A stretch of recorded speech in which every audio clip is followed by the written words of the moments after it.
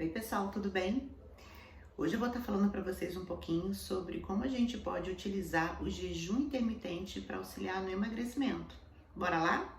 Bom, a primeira coisa que a gente precisa saber é que quando a gente está jejuando, quando a gente reduz a nossa alimentação, a gente tem três formas principais de conseguir gerar energia, de conseguir gerar glicose no nosso sangue. A primeira e a principal delas é o glicogênio, que é a forma que a gente armazena glicose no nosso músculo, no nosso fígado principalmente.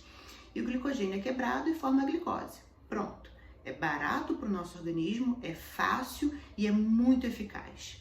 Quando esse glicogênio não existe, quando ele está em falta, a gente tem mais duas possibilidades, que é a quebra do lipídio, que vai estar gerando ácido graxo e aí vai para um maquinário diferente e gera glicose, ou a quebra do tecido ou da massa muscular principalmente, que vai estar gerando aminoácidos e esse aminoácidos também vai para um maquinário diferente e vai estar gerando glicose. Essas duas últimas formas são formas de produção de glicose, mas que tem um gasto metabólico muito grande para o nosso organismo. O que isso quer dizer? Ele gasta muita energia para conseguir gerar glicose dessa forma, diferente do glicogênio, que a gente só quebra e transforma em glicose. Então, se você tem uma dieta que ela já é uma dieta que está ali gastando seu glicogênio, que você já não tem o glicogênio muito importante guardado, como uma dieta cetogênica ou uma low carb, você já tem uma vantagem aí. Porque o período que você fica em jejum, você já vai estar estimulando a sua quebra de lipídio. E aí vem uma questão importante, né? É importante ter a questão do equilíbrio alimentar, de saber o que você vai consumir, quando você vai consumir, o período de jejum que você vai fazer, sua taxa metabólica e muitas outras coisas, para saber se você não vai mudar a sua via metabólica da quebra de lipídio para quebra de massa muscular, de tecido muscular.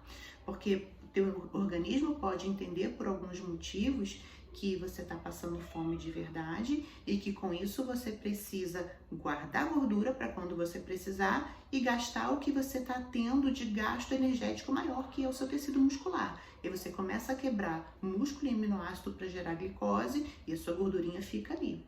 Então tem que ter todo um cuidado. Mas de uma forma geral, é basicamente isso. São os três caminhos que a gente tem para gerar glicose no nosso organismo. E aí o que a gente pode fazer então para que o jejum nos ajude a perder peso? Bom, existem alguns horários, né, alguns períodos que a gente fala de janela. A janela de alimentação é a janela que você tira o período que você não está em jejum e o restante é o jejum que você faz. Então você pode fazer um jejum de 8 horas, de 12 horas, de 16 horas, de 20 horas, de 24 horas.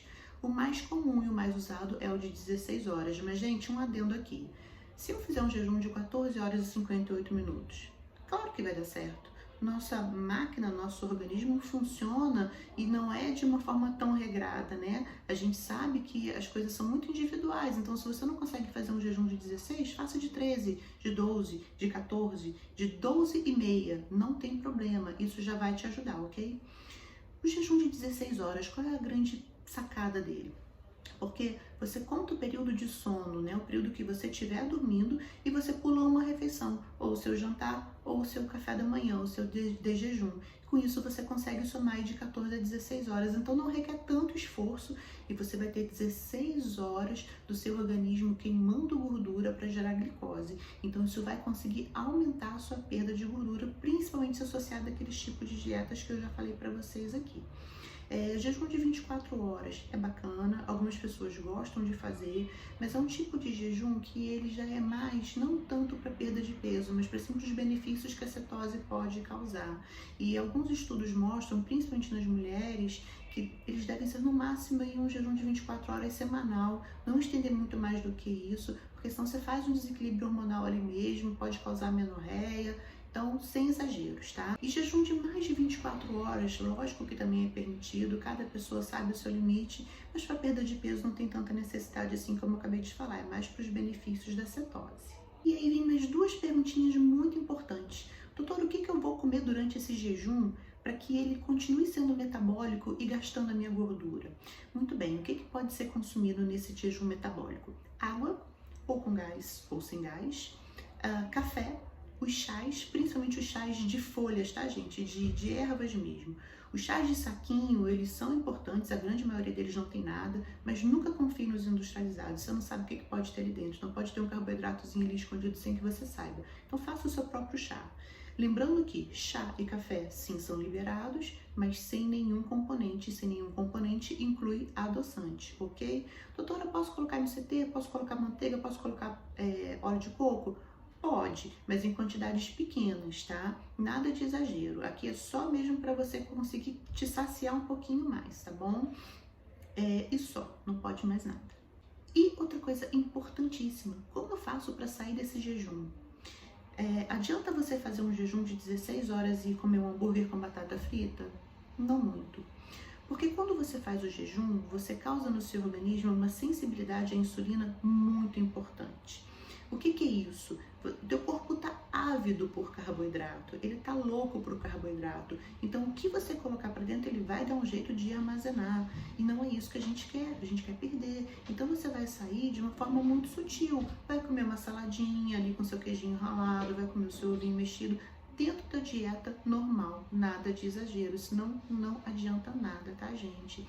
E aqui fica a dica de ouro, a mais importante de todas para quem ficou assistindo esse vídeo até o final. Tenha equilíbrio. Na nossa vida, o que comanda é o equilíbrio. Então, nada de fazer jejum demais, nada de fazer jejum de menos, nada de comer carboidrato demais ou carboidrato de menos, ou gordura demais ou gordura de menos. Seja equilibrado. O equilíbrio é o que vai trazer resultado para você ao longo da sua vida, tá bom? Então, que você possa fazer bom proveito desse vídeo, que você consiga queimar mais gordura no seu jejum. Pense bem, seja inteligente nas suas entradas e suas saídas de jejum e vamos queimar gordura junto. Um abraço, pessoal. Até o próximo.